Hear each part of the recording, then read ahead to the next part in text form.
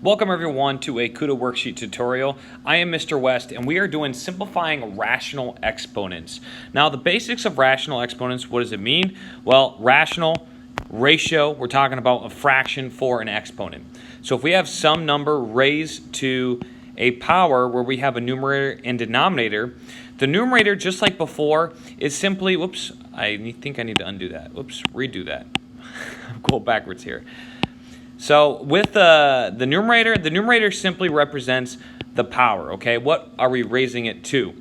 Now the denominator is where it gets tricky. I don't know why it's erasing two things at once. Anyway, when you have a number in the denominator of an exponent, that's the same thing as the root. Okay, so what root are we taking? That's what's represented in the denominator. That's the big thing for this worksheet. Now let's go ahead and start with number one. Maybe it will make a little bit more sense as we do a couple of problems. Our power rules are still going to be in effect. I don't know what I just said. In effect. So if we have a power raised to a power, we multiply the exponents. So we're going to have n to the 4 times 3 over 2. Now, what does this literally mean? It means n to the 4th power, and then we're taking that to the cube root, and then we are squaring that, okay? This is, oops, I got that backwards. Now, there's an implied 2 in any square root. You don't have to put the 2, so I'm going to leave that there. But then the 3 is in the numerator, so it's going to be like that. So this 2 matches with that 2. This 3 matches with this 3, and then we started with that 4, okay? I just wanted to write this out so you can see what does it literally mean when we do this problem. Now we have this simple multiplication, power raised to power, multiply.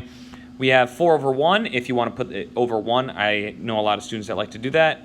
You could cross cancel or multiply and then cancel later. I'm going to cross cancel. I think that's the best way to go. And then get n to the 6th power, and that's my final answer. Let's do number 2 now. Okay? Now, if we have two items being multiplied in the parentheses, we have to raise both of these to the power of 5 over 3. And again, just as a reminder, we could rewrite this expression as 27p to the 6th power to the 3rd root, because, let me get yellow, that's what I used last time. This needs to match, and then this could be raised to the 5th power because these need to match. Okay? So that's what it literally means, but we're just going to use our power rules, which means if we have power raised to a power, we're going to multiply the exponents. So we're going to write 27, 5 over 3. Okay? We're actually going to do that in just a moment. I'm going to show you how. And then the easy part is when you have variables raised to these fraction exponents, these rational exponents, because we're just going to multiply here. We're going to have 6 times 5 over 3. The 6 and the 3 are going to cancel, leaving us 2. So we're going to have p to the 10th power. But this is where it gets a little tricky. This is where we need to convert it into roots. So we have 27, and that is the 3rd root because the 3 is in the bottom. And then this is raised to the 5th power. Now, you can go in either way. You could raise 27 to the 5th power and then take the 3rd root. But with bigger numbers, I think it always makes sense to do the root first. Okay, root first usually with bigger numbers is usually a good idea. Okay, let's go ahead and proceed. So we're going to take the 3rd root. And again, you can go in either root. You could raise it to the 5th power. I don't recommend doing 27 to the 5th power. It's a huge number.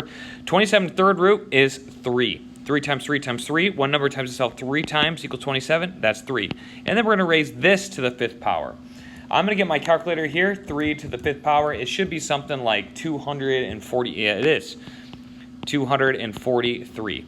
And then we can't forget that we multiplied it by p to the 10th power. So as we write this completed, it's going to be 243 p to the 10th power. Probably the trickiest part of this problem is this right here. Okay, realizing that you can take the 3rd root of 27 first and then raise it to the 5th power after that. You could go in reverse. You could do 27 to the 5th power and then take the 3rd root. You're going to get the same thing, but it's a little tougher. Now, what happens if we have something like this, negative 1.5? I would convert this into a fraction. So b to the 6th, and we're going to raise that to the negative 3 over 2. That's an equivalent fraction to negative 1.5. Always convert it first. Now, what are we going to do here? Well, I can separate this out. Each little item term inside, well, it's all the coefficient. We can raise the coefficient, and then each variable being multiplied by negative 3 over 2 power. And then we have b to the 6th power. and then we multiply exponents, so negative, okay, negative 3 over 2. Let's start with the variable. I think that's always a little bit easier, so we'll start with this. We have b, and then we have, we can cross cancel, so we're going to have negative 9th power for b, and then we have 25 to negative 3 over 2. I'm going to handle the negatives at the end. I'm going to leave it negative exponent for now, and then I'll handle that at the end, okay? So for this one, if we're doing 25, we're going to take the square root of that first. Again, with bigger numbers, it makes more sense to do the root first, and then we're going to raise that to the third power, the negative third power, okay? I'm going to make that negative at the end, like I've been saying. Well, we know 25 squared is 5, or square root of 25 is 5, and then we're going to raise that to negative third power. So when we're done, we have negative 5 to the negative third times b to the negative 9th. We can rewrite this as 1 over 5 to the third, b to the 9th. That's what a negative exponent means. Just as a reminder, if we have x to the negative 1, it's 1 over x to the first power, okay? Here we have 1 over 5 to the third power, b to the 9th. So we just need to simplify the 5, and that's 1 over 125 b to the 9th, and that's our final answer. Let me make this look like a 5. Okay, and that's our final answer. Let's go on to this one. If we have 0.5, this one's actually pretty easy. We have 9r to the 4th, and then 0.5 is the same as 1/2. We can multiply exponents here, and then distribute the 9. So we're going to have square root of 9. That's the same thing as 1/2. 9 to the first. Well, 9 to the first is just 1. And then we have that 2 for the denominator. So that's the square root, which you don't need to write the 2 because it's implied. Then we have 4 times 1/2. That's r squared. So we have 3r squared as our final answer. So that one's actually pretty quick. Not too bad there. And then finally we have this guy, 1.25. Let's first rewrite it with fraction exponents 5 over 4. Okay, 1.25 written as a fraction is 5 over 4. I suggest watching some other videos on that if you're struggling with that. But one way to do that is you can just put it over 100 and then you simplify from there, 5 over 4. Okay. Now, I'm going to raise 81 to the 5/4 power, x to the 12 times 5 over 4, okay, because power raised to a power. Let's start with the x. That's always easier. No, let's start with 81 this time. Well, I've been doing the other one first. So I'm going to take the 4th root first. I always recommend doing the root first for big numbers and then raise that to the 5th power. The 4th root of 81, I believe, is 3. 3 times itself 4 times is 81. So really we have 3 to the 5th power, which we already found out earlier, is 243. And then we have x to the 12th times 5 over 4. Well, cross cancel here, we have 3, and then x to the 15th power, and there's our final answer. Okay, we're going to do 2 more, and that's going to be the end of part 1. The second page is a little bit more difficult. We'll start that in a second. But for now, let's go ahead and start with these ones.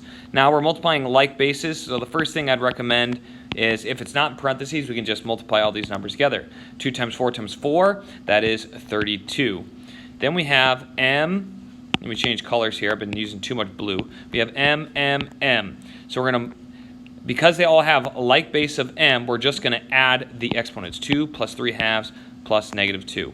Well, the 2 and the negative 2, when you add those together, okay, 2 plus 3 over 2 minus 2, the 2's are going to cancel, and you're going to be left with 3 over 2 for m. And you should contain only positive exponents with no fractional exponents in the denominator. No fractional exponents. Okay, there's no fractional exponents, so this is actually good right here. If you wanted another way to see it, because that 2 is in the denominator, that'd be the square root of m, and we could raise that to the 3rd power, or we can write it like this. Like that. Both are these. All 3 of these things are equal, okay? But just to reduce clutter, pause it if you want to copy that down. Just to reduce clutter, I'm going to get rid of that. Okay, and then our last one on this front page, p to the 3/2 raised to the negative 2 power. We need to multiply exponents, so we get p to the negative, I'm going to cancel the 2's, and I'm left with negative 3. Okay, power raised to power, multiply. The 2's cancel, we're left with negative 3, which we know is 1 over p cubed, and that's our final answer. I'll do this one just for fun. Bonus. 3 over 4, and that's it. I think that's what it wants. We could transfer that to 4th a cubed. Okay, so you get the idea. We're going to start page 2 after this. Make sure to stay tuned for more. Hope you guys enjoyed this video. Make sure to get more help on this channel. Watch other videos and let me know what you need with a comment below. Hope to see you soon. There should be a button to click, so click it for the next video.